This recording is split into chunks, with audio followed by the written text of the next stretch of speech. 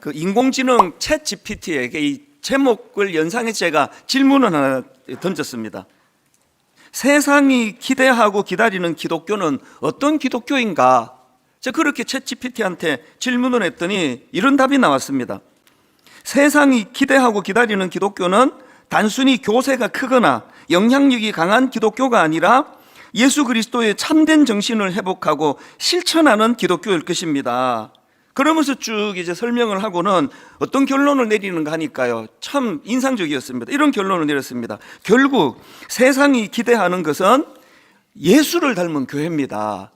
그러면서 저에게 또 조언도 하고 충고도 합니다. 이렇게 저에게 조언을 했습니다. 지금 우리의 교회가 세상이 기다리는 기독교인지 아니면 세상이 외면하는 기독교인지 돌아봐야 할 때입니다. 건강한 교회를 꿈꾸며 우리가 어떤 모습을 회복해야 할까요? 사실 제가 이 인공지능의 충고에 좀 놀랐습니다. 제가 이 챗 GPT를 사용한 지 얼마 되지도 않고요, 그리고 자주 쓰지도 않는데 얘는 벌써 제가 목사인 걸 알아요. 그 어느 날 갑자기 목사님 이러면서 답이 와가지고 제가 깜짝 놀랐거든요. 그 제가 목사인 걸 감지할 뿐만 아니라 이 시대 목사에게 하는 조언이 너무나 정확하잖아요. 지금 우리의 교회가 세상이 기다리는 그런 기독교인지 아니면 세상이 외면하는 기독교인지 돌아봐야 할 때입니다. 이게 아까 제가 맨 처음에 소개해드렸던 세상이 기다리는 기독교라는 그 책에 나오는 주장하고 같은 거 아닙니까? 제가 이 책 목차에 보니까요, 세상은 본래의 기독교를 원한다. 오리지널 기독교, 성령님이 역사하시고 예수 그리스도 이름의 능력이 나타나는 그 사도행전 2장에 나와 있는 그런 기독교를 세상이 원한다. 이런 큰 제목 아래에 소주제가 이랬습니다. 예수 안에 거하는 것, 이것이 출발점이다. 또 인생의 진짜 보물인 예수를 붙들라. 이런 소제목들이 아까 그 인공지능 챗 GPT가 답했던 결국 세상이 기대하는 것은 예수를 닮은 교회입니다. 이거와 지금 같은 맥락을 갖고 하는 그 목차들 아니겠습니까? 지난주에 이 책에 나오는 그 내용, 제가 마하트라 간디 이야기 소개한 거 기억나시죠? 그리스도는 좋지만 크리스천들은 싫다. 크리스천들은 그리스도를 너무 안 닮았다. 그 인공지능이 말하기를 세상은 예수를 닮은 교회를 원한다는데 오늘 우리 현실은 어떤가? 그래서 제가 목사로서 이런 답들을 보면서 참 많은 생각을 하게 되더라는 거죠. 오늘 본문을 제가 이런 흐름과 맥락으로 그렇게 살펴보기를 원하는데요, 지난주에 우리가 살펴본 것처럼 이제 본문 바로 앞에서 예수님께서는 바리새인들과 서기관들의 잘못된 신앙 행태를 이렇게 꾸짖으십니다. 마가복음 7장 8절 9절입니다. 너희가 하나님의 계명은 버리고 사람의 전통을 지키느니라. 또 이르시되 너희가 너희 전통을 지키려고 하나님의 계명을 잘 저버리는도다. 그리고 13절 너희가 전한 전통으로 하나님의 말씀을 폐하며 또 이 같은 일을 많이 행하느니라 하시고, 이렇게 예수님께서는 바리새인들과 서기관들의 문제가 뭔지를 지적하시고는, 그리고는 이제 그 광경을 지켜보고 있던 수많은 군중들을 향해서 말씀을 주시는 겁니다. 그게 오늘 본문 마가복음 7장 14절입니다. 예수께서 하시는 말씀이에요. 무리를 다시 불러 이르시되 너희는 다 내 말을 듣고 깨달으라.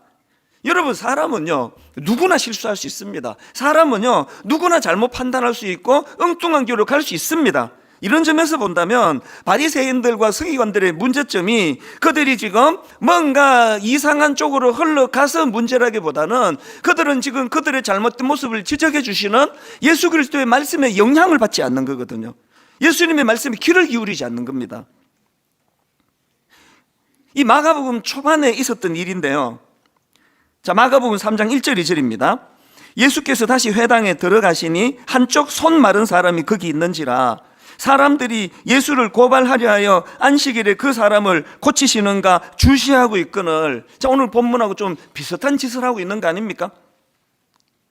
거기에 대하여 3절부터 5절 예수님의 반응입니다. 예수께서 손 마른 사람에게 이르시되 한가운데 일어서라 하시고 그들에게 이르시되 안식일에 선을 행하는 것과 악을 행하는 것, 생명을 구하는 것과 죽이는 것 어느 것이 옳으냐 하시니 그들이 잠잠하거늘 그들의 마음이 완악함을 탄식하사 노하심으로 그들을 둘러보시고 그 사람에게 이르시되 내 손을 내밀라 하시니 내 밀매 그 손이 회복되었더라.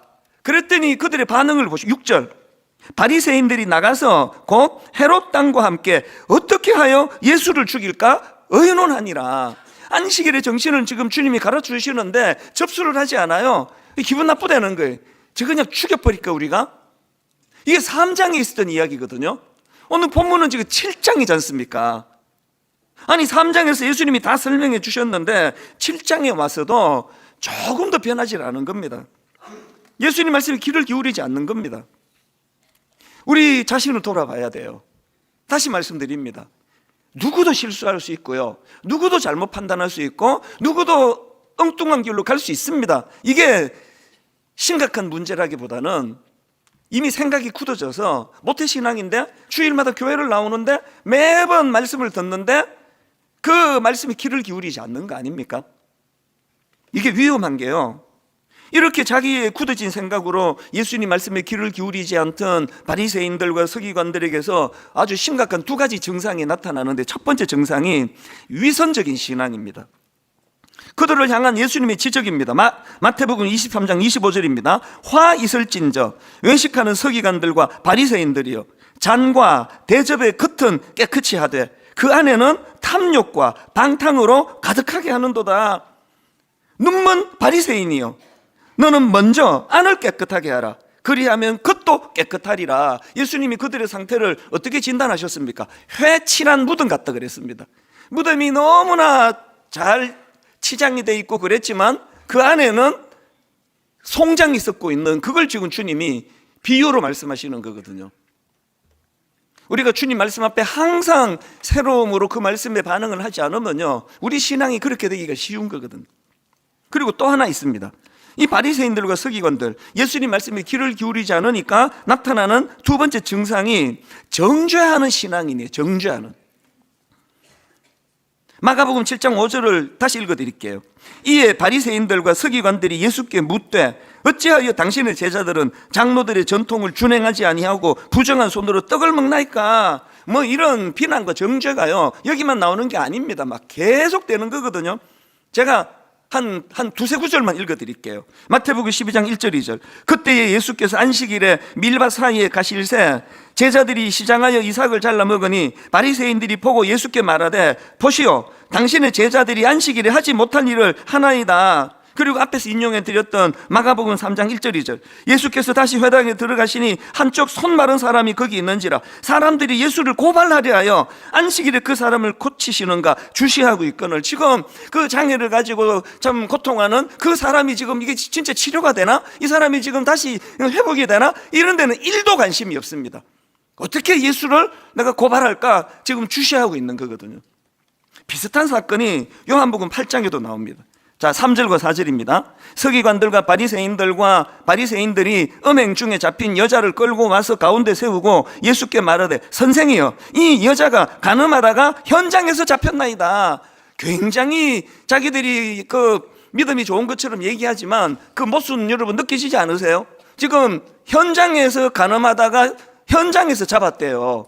그럼 간음은 혼자 하는 겁니까? 안 해본 사람은 모르겠죠. 그 상대방 남자는 어디 갔냐고요. 상대방 남자는 풀어주고 여자만 끌고 와가지고 공의를 세우겠다고 비판하고 비난하는 그들이 지금 완전히 지금 영적으로 병든 상태라는 거 아닙니까? 겉으로 보여지는 것만 보고 자기 판단만 의지하면은 이런 종교적인 괴물이 돼가는 거거든요. 그 선에 갇힌 인간, 선밖의 예수, 이런 제목의 책이 있는데요, 그 책에서 그 저자 목사님이 자기가 경험한 거를 솔직하게 고백하는 그런 내용이 나옵니다. 이 저자 목사님이 어느 날, 이게 이제 미국 사람이니까요, 뉴욕의 브로드웨이를 걷고 있는데요, 그 길거리에서 사는 노숙자 여인이 자기에게 먹을 것을 사달라고 그렇게 요청을 했습니다. 이 목사님이니까요. 그 여인을 보면서 아, 인자는 머리 둘 곳도 없다. 그 예수님의 생각이 났대요. 그래서 이제 호의를 베풀어요. 그 빵집에서요, 베이글 하나, 또 커피 한 잔, 그렇게 이제 아침 식사 대용인 것 같아요. 그렇게 주문을 했더니 그 노숙인 여자가 하는 말이, 아, 자기는 커피는 좋아해서 커피는 괜찮은데 베이글은 다른 메뉴로 바꿔주면 안 되느냐는 거예요. 그럼 하는 말이, 자기는 베이글보다는 달걀 샐러드가 더 좋다는 겁니다. 그래서 이 목사님이, 아, 그럼 그렇게 하라고 이제 내색을 안 했지만 이제 마음이 이제 불편하기 시작한 거예요. 속에서 막 생각이 일어나는 거죠. 아니, 내가 지금 가던 길을 멈추고까지 자기를 도와주려고 지금 음식을 제가 주문하는데, 아니, 이렇게 까다롭게 구느냐고. 아니, 내가 뭘 사주든지 감사히 먹을 거지. 막 이런 생각이 일어나는 거예요. 그리고 이분이, 이 목사님이 좀 이제 당황했던 게 뭐냐 하면은요, 원래 이분이 주문했던 베이글이 그 57센트밖에 안 하는데요, 그 노숙인이 원했던 달걀 샐러드가 $6, 그러니까 10배 비싸, 10배. 그러니까 이제 마음에서 막 그런 이제 작용이 일어나는 거예요. 그래서 막 빈정거림이 막 이제 막 머릿속에서 상상이, 말은 안 하지만, 아예 캐비어를 사드릴까요? 캐비어 알죠? 철갑 상알, 내가 주문하는 대로 안 하고 고급진 거, 캐비어를 사드릴까요? 이런 게 막 이제 속에서 일어나는 거예요. 마음이 이제 자꾸 불편한 거예요. 그렇게 시간이 지나고 이제 주문한 커피와 그 노숙자가 원했던 달걀 샐러드가 나와서 이걸 전해주니까 그 노숙자 여인이 그걸 받으면서 너무 미안해하면서 이런 사과를 하더라는 겁니다. 너무 죄송합니다. 지금 자기 이와 잇몸이 상해서 베이글처럼 딱딱한 음식을 씹으면 통증이 극심하기 때문에 부드러운 음식밖에 먹을 수가 없어서 그래서 이런 요청을 드렸습니다. 속에서 지금 막 이제 빈정거리고 막 이런 것들이 떠돌던 목사님 마음에서 그 이 여인의 사정을 듣고 나니까 그 마음에서 이런 생각, 오늘 본문에 나오는 바리새인들과 서기관들 그 생각이 났나 봐요. 내가 지금 막 예수님께 들이받는 그런 존재인 것처럼 생각이 들어서 마음이 굉장히 복잡해졌다는 그런 글을 제가 읽었거든요. 우리가요, 자꾸 겉으로만 사람을 판단하고 겉으로만 사람을 정죄하고 그래서 눈에 보이는 것으로만 그렇게 판단해 가면은 우리 안에서 이것이 점점 강화가 되는 겁니다. 자, 한번 생각해 보십시오. 이 목사님이 그 노숙자 여자분이 이제 이거 대신에 계란 샐러드로 바꾸어 달라 그랬을 때 자기 아내가 그 부탁했으면 화가 납니까? 당연히 해줄 수 있는 거 아닙니까? 왜 이 노숙자에 화가 났을까요? 선을 그었잖아요. 이 사람은 내가 시키는 대로 먹는 사람, 나는 지금 호의를 베푸는 사람, 자꾸 메뉴 갖고 쓸데없는 소리 하면 안 되는 사람, 미리 선을 다 그은 거 아닙니까? 이게 인간이라는 거예요. 그래서 그 책 제목이 선에 갇힌 인간, 선 밖에 예수 그리스도, 선을 뛰어넘게 하시는 분이 예수 그리스도라는 거예요. 자꾸 우리는 주님의 말씀을 통해서 우리 생각이 교정이 되는데, 아까 그 예수님께서 그 마가복음 10장 14절 또 읽어드릴게요. 무리를 다시 불러 이르시되 너희는 다 내 말을 듣고 깨달아라. 그리고는 그 손 씻지 않고 음식을 먹는 그것들에 대하여 장로들의 전통의 잣대를 가지고 비난하는 이 사람들에 대하여 이 생각을 교정시켜 주세요. 예수님이 마가복음 7장 15, 16절입니다. 무엇이든지 밖에서 사람에게로 들어가는 것은 능히 사람을 더럽게 하지 못하되 사람 안에서 나오는 것이 사람을 더럽게 하는 것이니라. 그리고는 이게 무슨 뜻인지를 부연 설명을 하세요. 20절입니다. 또 이르시되 사람에게서 나오는 그것이 사람을 더럽게 하느니라. 속에서 곧 사람의 마음에서 나오는 것은 악한 생각, 이 속에서 나오는 게 이게 더러운 거다. 그러면서 이제 악한 생각을 쭉 부연 설명을, 사례를 이렇게 듭니다. 악한 생각 곧 음란과 도둑질과 살인과 간음과 탐욕과 악독과 속임과 음탕과 질투와 비방과 교만과 우매함이니 이 모든 악한 것이 다 속에서 나와서 사람을 더럽게 하느니라. 여기 맨 끝에 나오는 우매함은요, 배운 게 없어가지고 어리석다 그런 게 아니에요. 하나님을 거부하기 때문에, 하나님 말씀을 수용하지 않기 때문에 그 안에서 찾아오는 인간의 어리석음을 표현한 그 단어라고 제가 주석에 보니까 그렇게 설명을 하더라는 거죠. 우리가 우매하지 않습니까? 그래서 여러분, 지금 겉만 보고 판단하는 그들에 대하여 예수님이 그 생각을 교정해 주시는 것처럼요, 우리는 매 예배를 통해서 주님의 생각으로 내 생각이 자꾸 교정이 돼야 돼요. 그리고 한 구절 묵상, 왜 이렇게 교회가 이거 하기를 강조합니까? 묵상, quiet time, 조용한 시간에 말씀을 묵상하는 시간을 가지는 것이 왜 중요합니까? 하나님이 오늘도 내 안에 역사하시는 걸 우리가 거절하지 않으신다면 하나님은 계속 말씀하세요. 우리에게 더 큰 그림을 그리도록. 그 목사님도 사실은 그 노숙인에게 그 정도 정성을 들인 것만 해도 사실은 굉장한 수고 아닙니까? 그런데 그 안에 일하시는 주님께서 생각을 계속 교정해 주니까 그런 책을 쓸 수 있을 정도로 깊이가 있는 그런 목회자가 되는 거거든요. 저는 이런 일들을 자주 겪습니다. 꾸지람을 주님께 자주 듣고요, 말씀의 교정을 자주 받는 사람이에요. 최근에도 그랬는데요, 요즘에 이 정치적인 논쟁으로 참 온 나라가 몸살을 앓지 않습니까? 그러다 보니까 모든 설교자들이 다 지금 힘들합니다. 이렇게 설교하면 저분들이 나 교회 떠나겠다고, 저렇게 설교하면 또 이분들이 교회를 떠나겠다고, 매주 그런 가슴 아픈 이야기를 제가 듣는다고 몇 번 말씀을 드렸잖아요. 그래서 아예 언급을 안 하면 또 언급을 안 한다고 양쪽이 다 또 뭐라 그런대요. 목사님들마다 주일이 되면 막 너무 힘들고, 사실 저도 예외가 아니잖아요. 그래서 이런 마음의 불편함을 저 역시도 이제 겪었었는데요. 저의 약한 부분을 지적하고 또 충고하고 그런다면야 10번, 100번도 더 제가 귀담아 들어야죠. 그런데 그런 거가 있을 때 항상 이렇게 껴들어오는 가짜 뉴스를 만드는 분이 계세요. 제가 3주간 미국 집회를 마치고 인천공항에 딱 내려가지고 딱 제일 먼저 스마트폰을 열었을 때 먼저 받은 보고가, 목사님 그 가짜 뉴스 듣고 성도가 교회를 떠난다고 합니다. 이 억장이 무너지는 이야기거든요. 아니, 우리 교회는 지금 초신자가 많은데 한 사람 전도하기가 이렇게 어려운데, 아니 그렇게 다 설명하고 상황을 다 설명한 옛날 이야기를 또 끄집어내가지고 그렇게 이 가짜 뉴스를 만들고 그것 때문에 성도가 교회를 떠났다 그러고 이러니까 마음이 굉장히 상한 거예요. 그래서 제가 이제 이번에는 내가 그냥 안 넘어간다, 아무 반응을 하지 않으니까 계속 이제 막 희한한 음모론자부터 시작해가지고 막 별의별 걸 다 만드는 거예요. 그래서 이번에는 이제 반드시 이제 이거를 내가 이제 짚고 넘어간다. 그래서 이제 명예훼손으로 그 가짜 뉴스를 내가 이제 고발하기로 했어요. 우리 사무장 보고 좀 도와달라고. 이럴 때 어떻게 하면 좋은지. 그러고 있는데 하나님이 계속 막으세요. 돌아가신 어머니가 옛날에도 그러시더니 계속 쟁쟁거리는 말씀이, 아니 종에게 무슨 명예가 있다고, 무슨 명예훼손이 뭐냐고. 전에는 제가 어머님 말씀 맞다 그러고 제가 순종했는데 이번에는 짜증이 나는 거예요. 아니 무슨 엄마가 이러냐고, 아들이 지금 이렇게 지금 속이 지금 답답해가지고 힘든데 이렇게 말하는 엄마, 그것도 돌아가신 엄마가.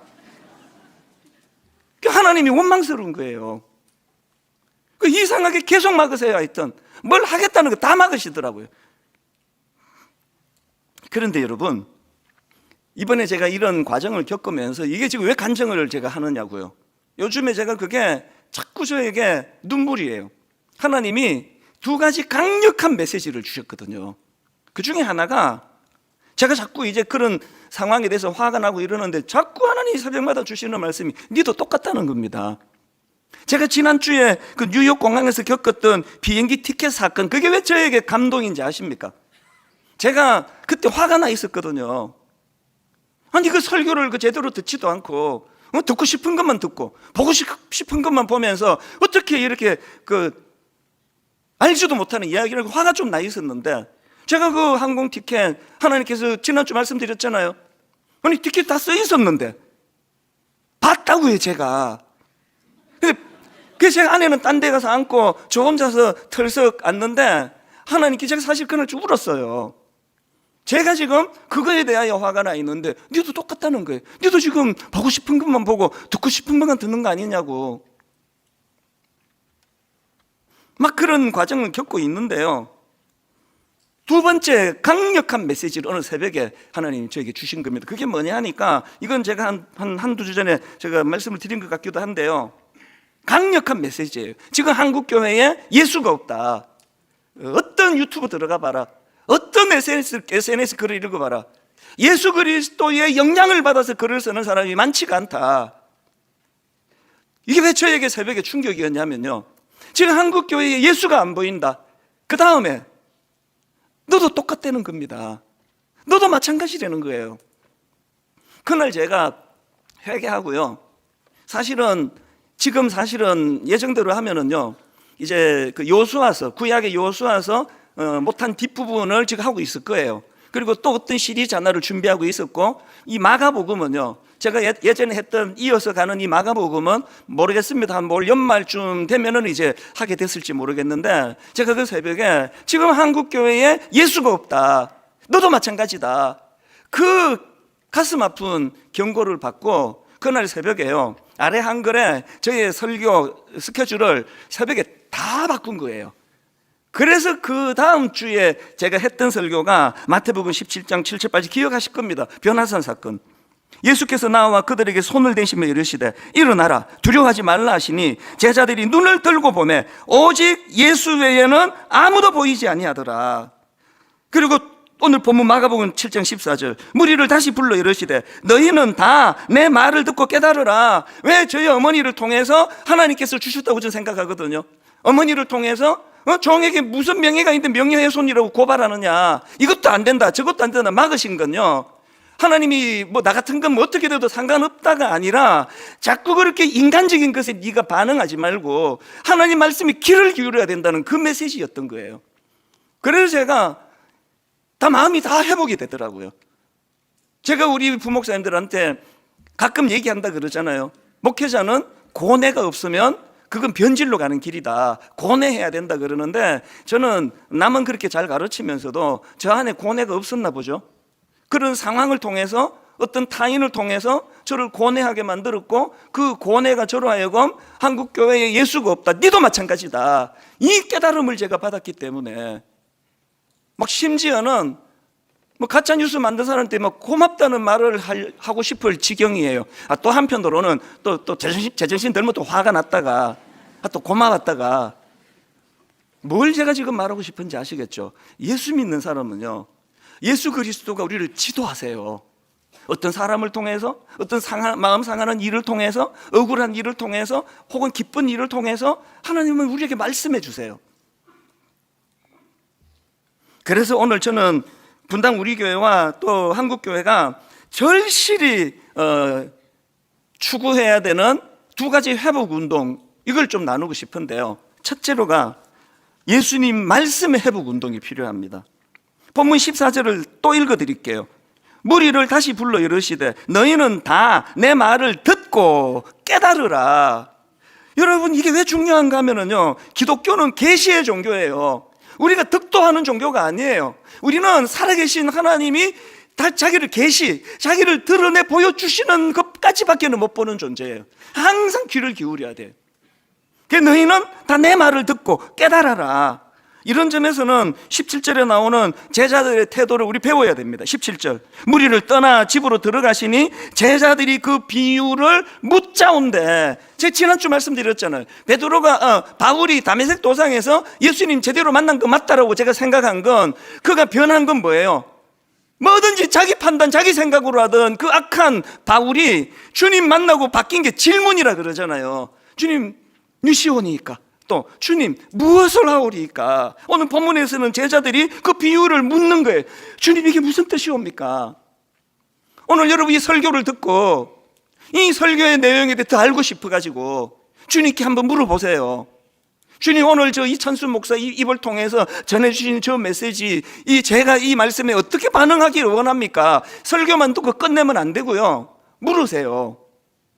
주님, 무엇을 하오리까? 그래서 여러분, 이 일이 가능하도록 골로새서 2장 6절을 보십시오. 그러므로 너희가 그리스도 예수를 주로 받았으니 그 안에서 행하되. 예수 믿는 사람은요, 주님 안에서 행하는 사람입니다. 그리고 이게 구체적으로 뭘 의미하는지 7절에 나옵니다. 7절에 보십시오. 그 안에 뿌리를 박으며 세움을 받아 교훈을 받은 대로 믿음에 굳게 서서 감사함을 넘치게 하라. 이 7절에서 세 가지를 여러분 놓치시면 안 되는데요, 자, 7절에서 제일 먼저 기억해야 될 표현, 그 안에 뿌리를 박으며예요. 우리 신앙생활의 기초는 예수 그리스도 그분 안에 뿌리를 내리는 겁니다. 모태신앙이라고요. 그러면 우리 교회, 우리 교단의 어떤 전통, 우리는 일요일 날 돈 안 써. 우리는 담배 안 피워. 우리 술 안 마셔. 우리는 일요일 날 공부도 안 해. 이거를 기초로 하는 것도 필요할 때가 있지만 항상 우리는 주님의 말씀이 기초가 돼야 돼요. 주님 어떻게 말씀하셨나? 이찬수 목사 이렇게 설교했다. 하나도 안 중요해요. 틀리게 설명할 때가 얼마나 많은지 모르시죠? 저만 알아요. 매주일마다 이거 왜 이렇게 설교했지? 전에는 막 수정하고 했는데요, 수정할 게 너무 많아서 그냥 넘어가요. 요새는 의심스러우면 저를 믿지 말고 성경을 보세요. 성경을. 두 번째로 7절에 나오는 중요한 포인트가 세움을 받습니다. 이 7절을 제가 현대인의 성경을 읽어드릴게요. 그분 안에 깊이 뿌리를 받고, 그 다음 보세요. 그분을 기초로 여러분의 인생을 뭐 한다고요? 건설하는 거예요. 건설. 우리는요, 완성된 게 아니에요. 지금 세워져 가는 겁니다. 안 믿는 사람들이 여러분 보고 너 예수 믿는 게 왜 그 모양이냐, 그러면 이렇게 말씀하십시오. 미안하다고. 근데 나 지금 공사 중이라고, 완성된 게 아니라고, 나아질 거라고. 그러면 말씀에 뿌리를 둔 여러분들이 이 말씀 그대로 그분을 기초로 여러분의 인생을 건설하고, 제가 젊은 교역자들에게 항상 하는 말이 이거예요. 목사로서 우리가 완전하지 못한 건 부끄러운 거 아니다. 그러나 성장하지 못하는 게 부끄러운 거다. 작년에 우리의 인격과 올해의 우리의 인격이 똑같다면 그 부끄러운 거다.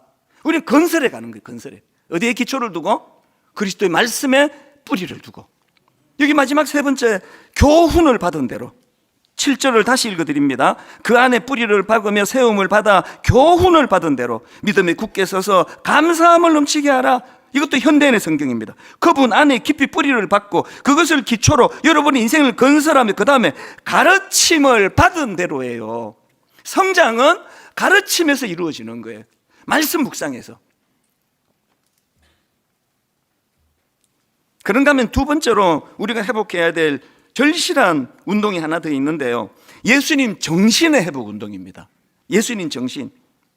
예수님께서 바리새인들과 서기관들을 이렇게 꾸짖으시잖아요. 8절에서 너희가 하나님의 계명은 버리고 사람의 전통을 지키느니라, 이렇게 꾸짖으시고는요, 그리고는 이제 이 지켜야 될 하나님의 계명을 예수님이 십자가를 통하여 두 가지로 요약을 해 주시잖아요. 그게 마태복음 22장부터 나오면 한번 보십시오. 35절.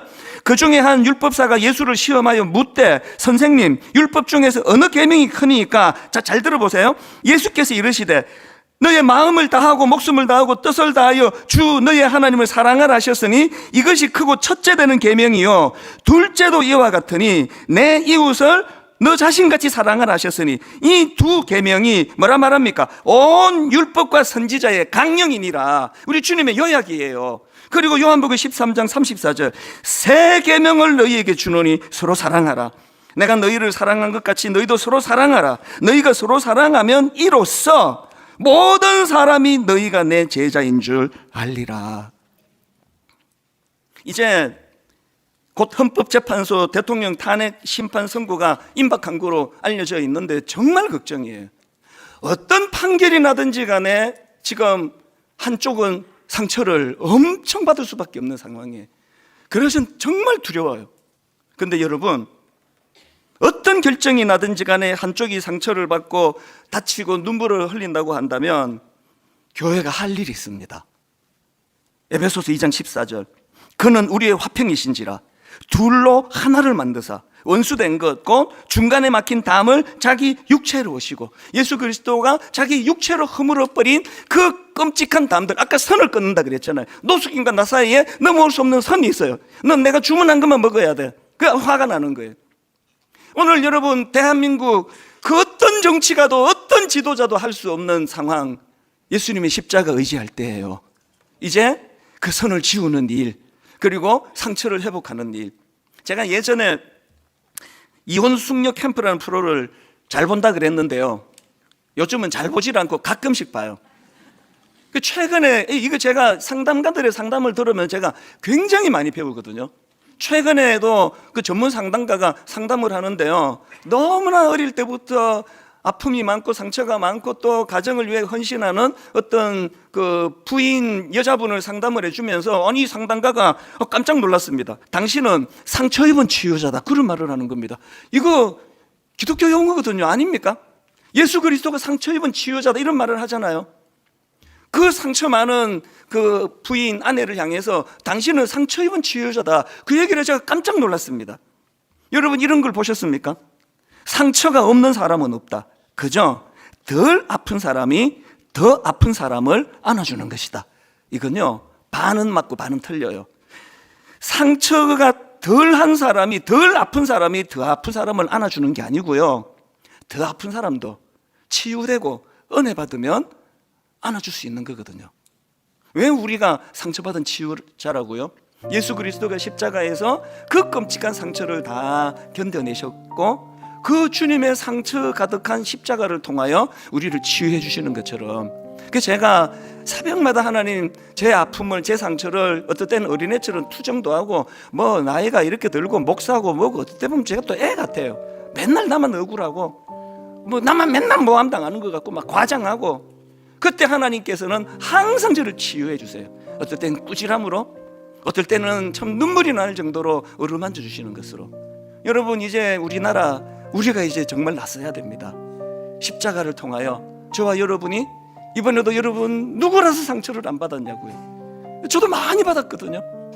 우리의 상처를 주님이 치유해 주신다면, 주님 제가 십자가 의지하여 상처받은 치유자가 되기를 원합니다. 그 아내분이 말로 다 할 수 없는 어릴 때부터 그 상처, 그리고 지금 남편과의 갈등 속에 견뎌내고 있다고, 당신은 상처 입은 치유자라고 했다면 오늘 제가 여러분에게 이 말씀을 드리고 말씀을 마치고 싶습니다. 오늘 설교 제목을 제가 세상이 목마르게 기다리는 기독교라고 정했는데, 아까 인공지능 챗GPT가 답을 줬잖아요. 세상이 목마르게 기다리는 기독교는 예수님을 닮은 교회래요. 그래서 예수님의 말씀이 회복되는 운동, 예수님의 정신이 회복되는 운동, 분당 우리 교회가 이 회복이 일어나고 이 상처 많은 이 시대에 주님의 십자가로 상처를 치유해 주는 상처 입은 치유자들 되시기를 주님 이름으로 축원합니다.